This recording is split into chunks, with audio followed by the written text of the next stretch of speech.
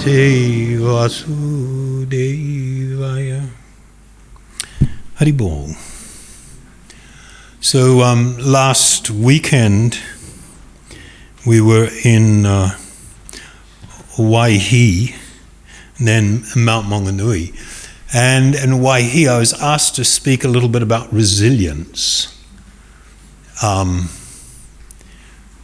It's really sad.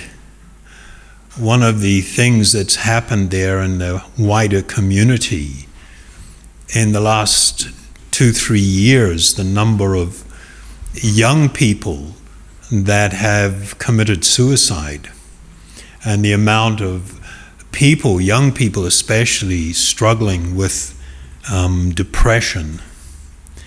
And so, of course, the topic of, building resilience is like really relevant. And so I just wanted to share a little bit of that just for a few minutes tonight.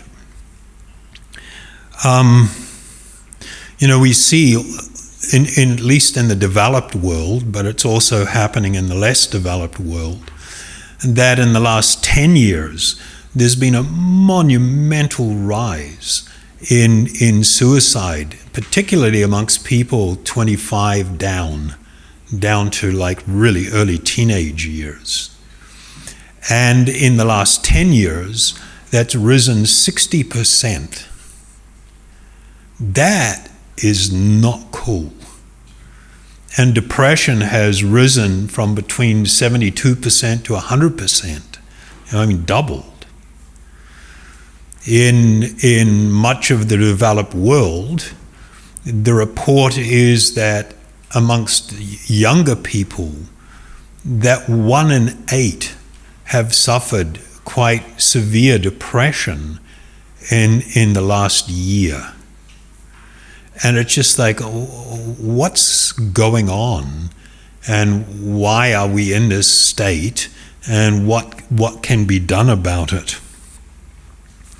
So I thought I would just go to the dictionary definition of resilience first, since people talk about the need for building resilience. And actually in the 1700s, it was a technical term. And what it was the capability of a strained body or vessel to recover its size and shape after deformation caused especially by compressive stress. So it was a scientific term. And today, the most common definition or usage is the ability to recover from or adjust easily to misfortune or change. And of course, these are the two really important words, misfortune and change. You cannot, by any kind of manipulation or wishful thinking, get rid of misfortune and change. This is part of the experience of life. And how you deal with it is what's important. So we have a lot of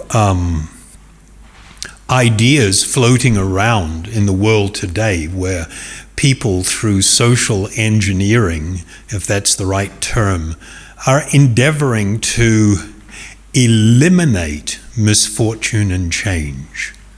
And so you have this term, helicopter parents or helicopter mum and dad, where they're always hovering over their children, making it so they don't fall over, they don't have any bad experience, and they think they're doing them a favor.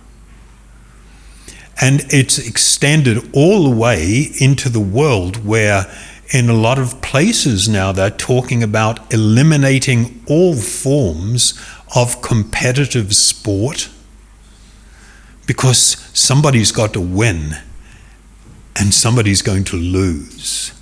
So let's just get rid of competitive sport. When you show up for a race or a marathon, let's not have a winner, let's everybody get a medal. This is the idea of how to deal with it.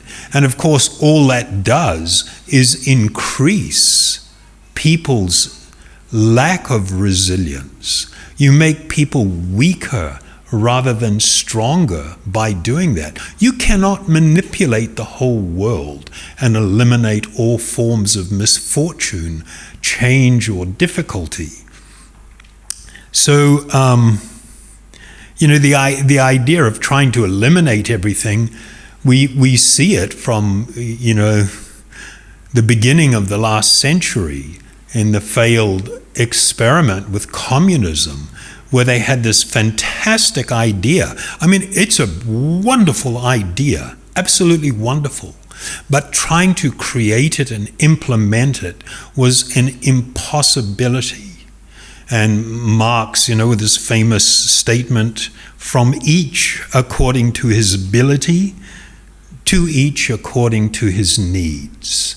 So the idea that everybody would work cooperatively, and the janitor in the factory would put in as much effort as the manager, and they would both receive the same payment. And of course, that ended up in a catastrophe where, people had to line up for everything. You go to the shop on the Monday and you're looking for buy something to eat. The only thing they're selling is cabbage. Nothing else, just cabbage. You go along on Tuesday and maybe they've got potato. And you go along on Wednesday and maybe there's a tomato there or squash or something. And it was just so everybody was perpetually in lines, and you would buy anything that came your way so you could barter it with each other for the things that you didn't have.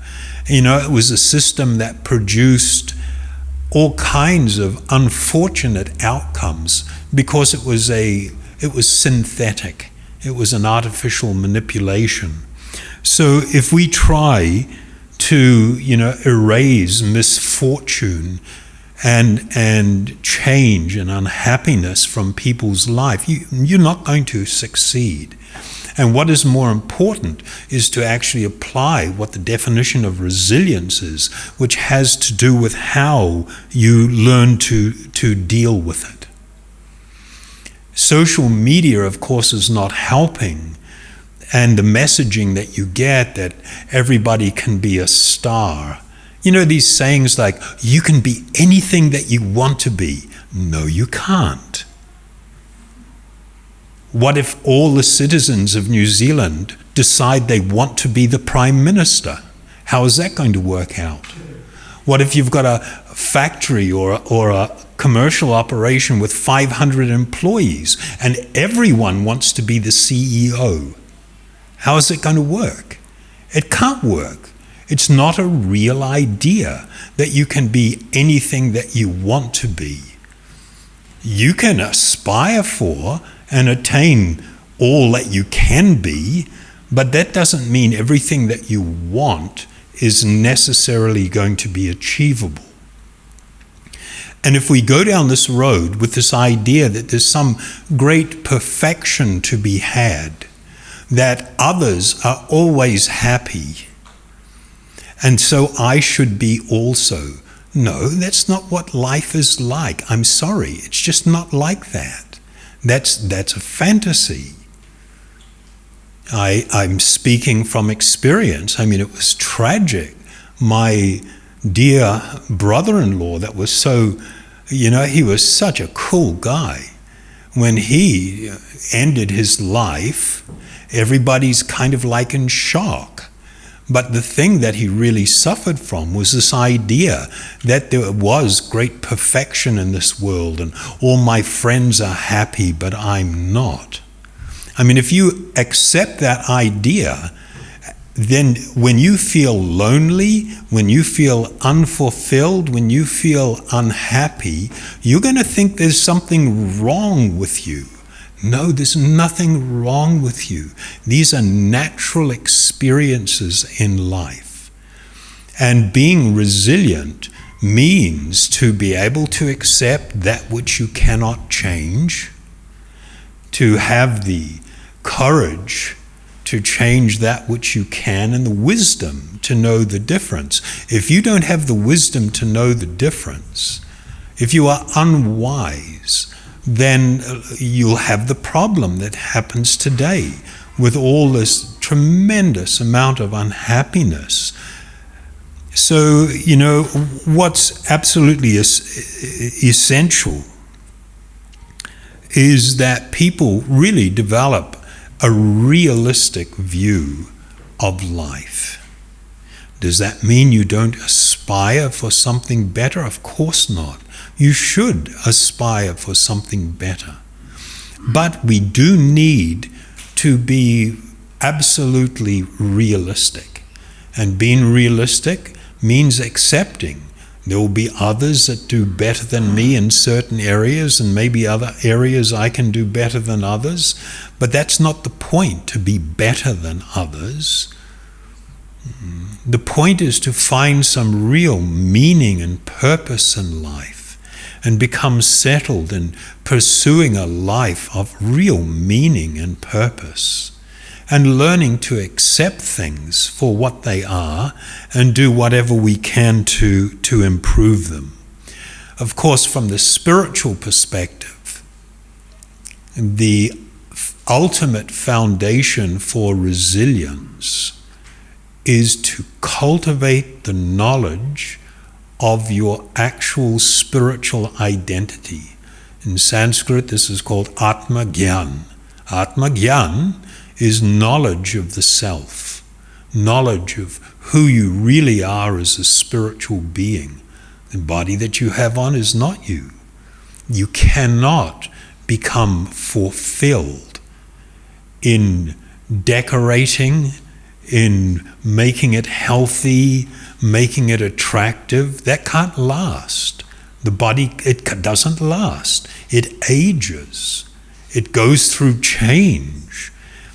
And if you are trying to validate your worth, your lovableness, your attractiveness, just on the basis of this exterior covering, you are destined for unhappiness. I'm sorry. You are destined. Maybe not now if you're young and healthy and everything's working for you. That will not last, I promise. So we need to connect to our deeper inner self.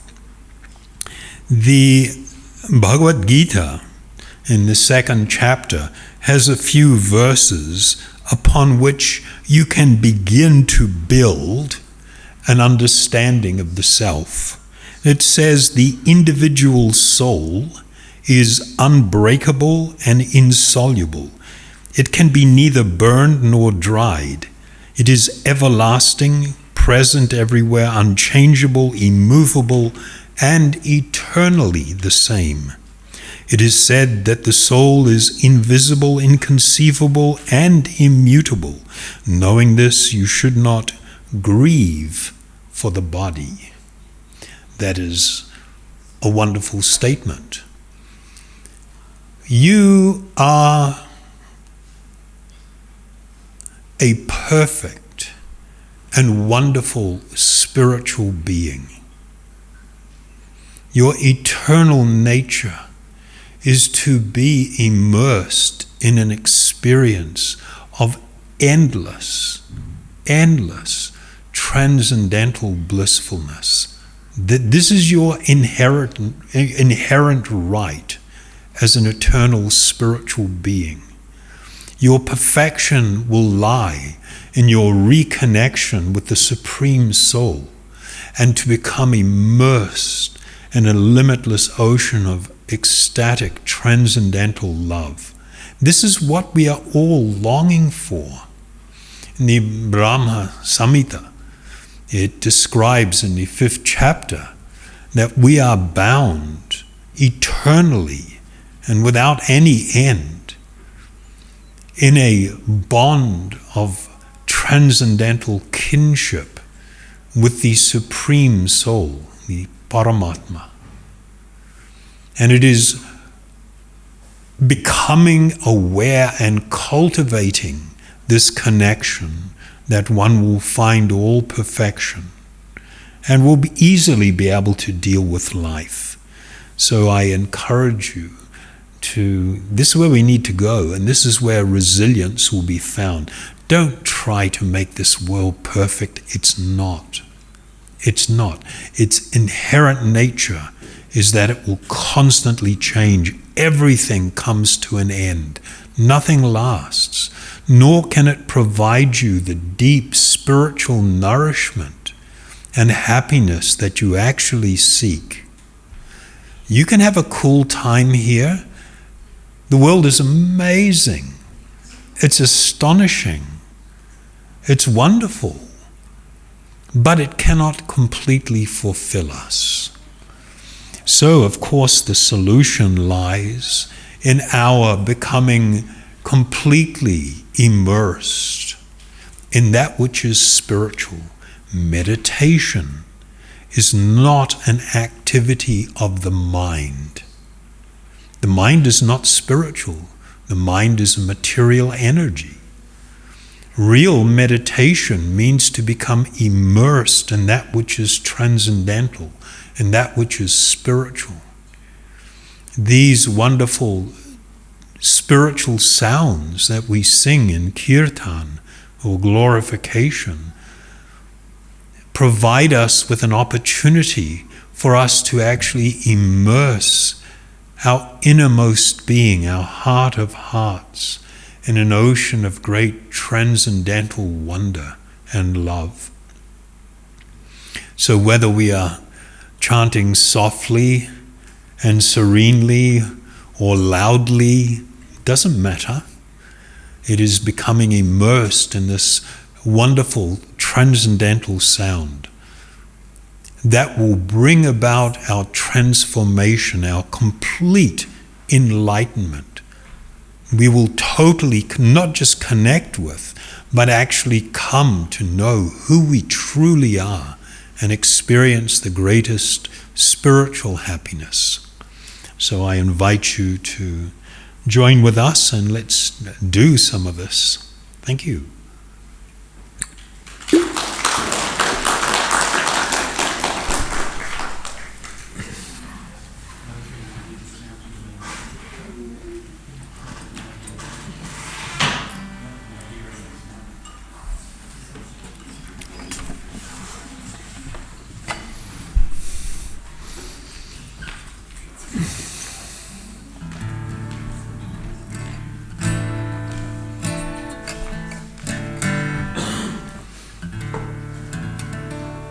So I will also chant the Maha Mantra.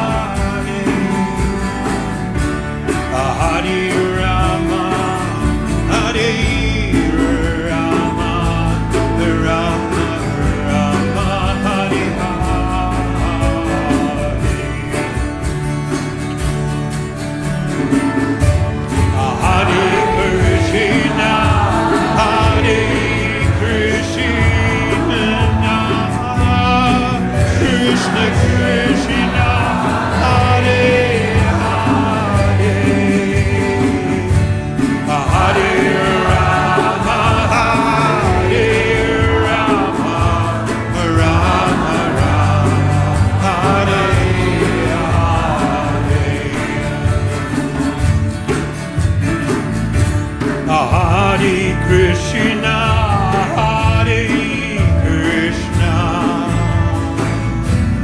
Krishna Krishna, Hare Hare,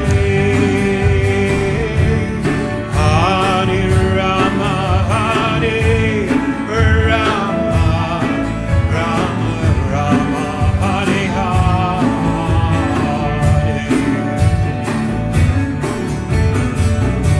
Hare Krishna, Hare Krishna, Krishna Krishna, Hare Hare,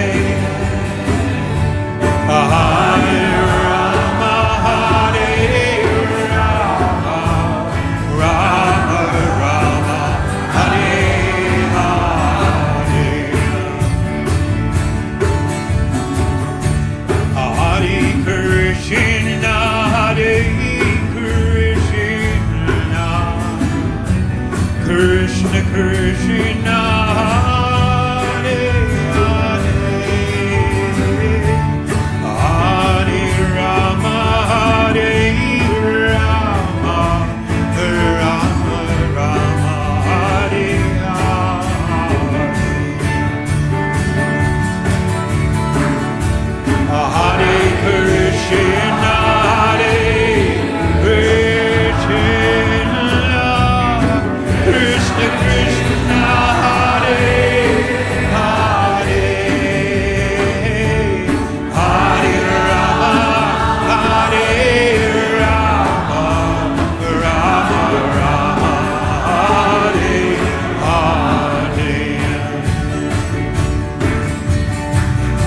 Hare Krishna, Hare Krishna, Krishna Krishna, Hare Hare, Hare Rama, Hare Rama, Rama Rama, Hare Hare, Hare Krishna, Hare Krishna, Krishna Krishna, Hare Hare, Hare Rama, Hare Rama, Rama Rama, Hare Hare, Hare Krishna, Hare Krishna, Krishna Krishna, Hare Hare, Hare Rama, Hare Rama, Rama Rama, Hare Hare,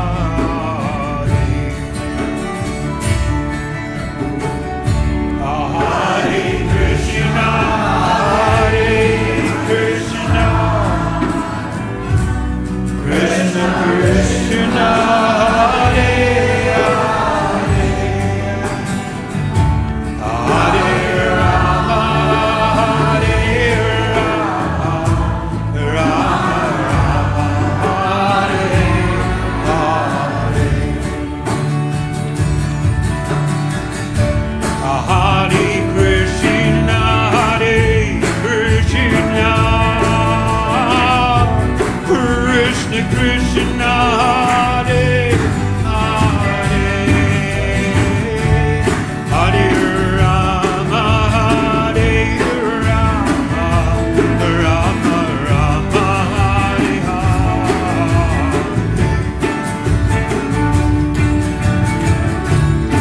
Hare Krishna, Hare Krishna, Krishna Krishna,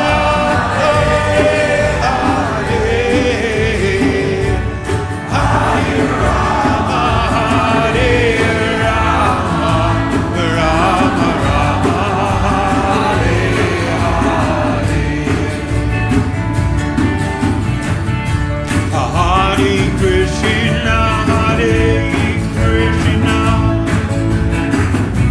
Krishna Krishna